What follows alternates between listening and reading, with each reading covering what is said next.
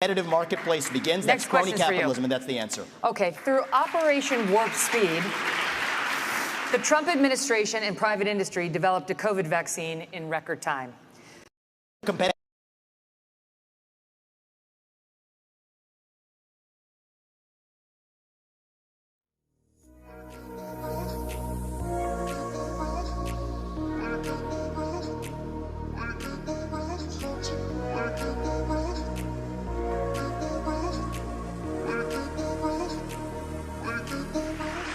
The Trump administration and private industry developed a COVID vaccine in record time.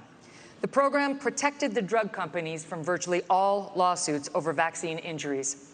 The government has a program to compensate for such harm, but critics say it is a black hole of bureaucracy. 12,000 claims filed, 10% decided, only 8 payouts so far, in a forum with no right to counsel, no hearings, no appeals.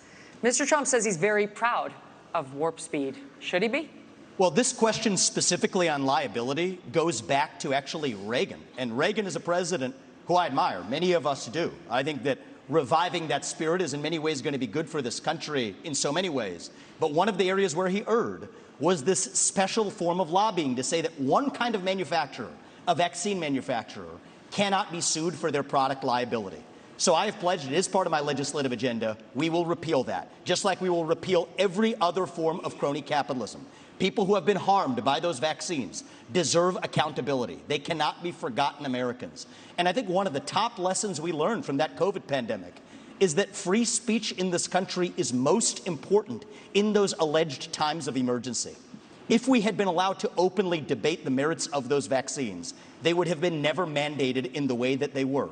And in general, I don't think that we should want capitalism and democracy to share the same bed anymore. It's time for a clean divorce. Let companies be companies, but I don't like the crony capitalism. This dates back a long time in both parties. And I think that we need to end the lobbying. And I personally believe that if you have been working in the government, you should not lobby that government for 10 years. If you have been a government elected official doing deals with companies, be they Boeing or be they pharmaceutical companies, you should not join the board of that company for 10 years after. The former chairman of the FDA, the leader commissioner of the FDA, ended up on the board of Pfizer. Nikki Haley did deals with Boeing, ends up on the board of Boeing. I don't care if it's a Republican or a Democrat. We need some basic principles that end the corruption in government. That's how we got the health insurance exemptions. That's how we got the pharmaceutical product liability exemptions. We end the corruption. We need...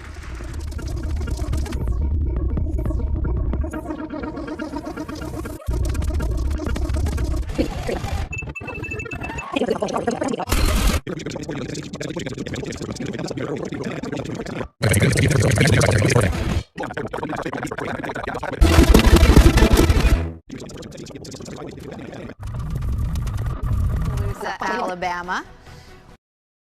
Final question before closing statements, and we want to get you all in, so we're going to give you 45 seconds for this last one. Governor Christie, we're going to start with you. Which former president would you draw inspiration from for your own presidency, and why?